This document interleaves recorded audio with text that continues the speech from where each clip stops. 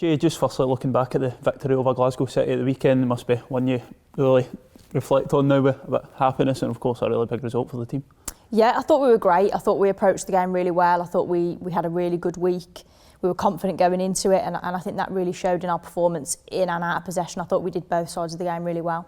Yeah, and of course the clean sheet in a game like that as well, to go away to last season's title winners and limit them to so little must have been really impressive for you as well. Yeah, I think that's probably the most impressive thing out of the game actually. I thought as good as we were with the ball, without the ball we were excellent, and I think again, coming away saying they didn't have, too many chances, Jenna wasn't too busy, I think is a real positive thing for us. Yeah, and of course the City result off the back of the recent one away to Celtic too, to go away to the top two last season and with victories, it must be just a real confidence boost for the squad moving forward.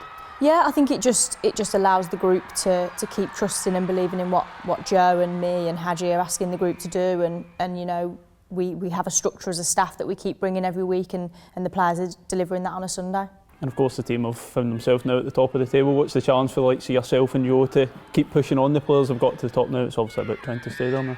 I think it's just maintaining standards, and I think actually as a staff we're very good at that. I think we're good at celebrating the big moments when they come, but also those smaller moments where the detail's needed, we give that as well. So the players respond really well, and they ultimately have to go out and deliver, and I think they've done that so far. So for me it's just, can we keep asking those questions and can they keep coming up with the answers? Of course the team take on Montrose this weekend in the final game for the international break. Of course it was a convincing victory the last time. What difference do you feel there is between the two sides since the last time you faced them, of course?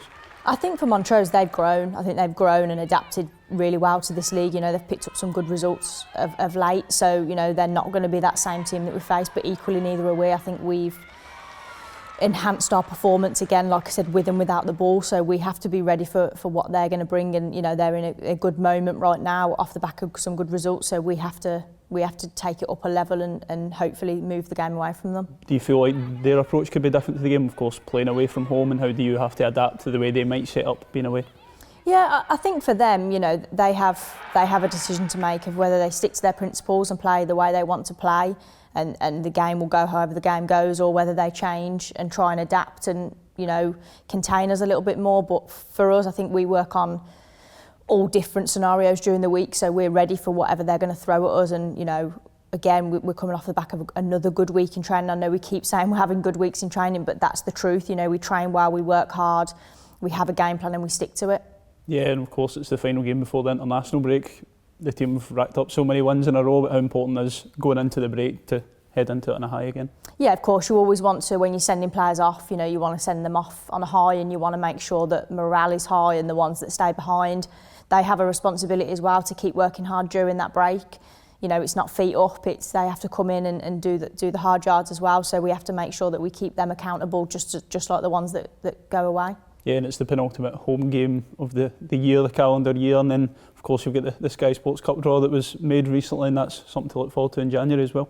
Yeah, obviously we want to make the final of that, so we've obviously got to get past Celtic to do that, and we're not quite thinking about that game just yet, but we know it's coming, so we're going to have to build towards it, and when we get there, hopefully we can put our best foot forward and get a good result. Yeah, and just lastly, of course, we touched on the break that's coming up, and there's another 5 of the players going away with Scotland. It must be so good to see the club so represented with the games they've got coming up. Yeah, it's great, and I know that it's a really proud moment for them and their families, and for us as a club, it's imperative that we have international players, and particularly Scottish internationals is really important for us. So yeah, I obviously wish them all the best, and hopefully they're going to get some good results.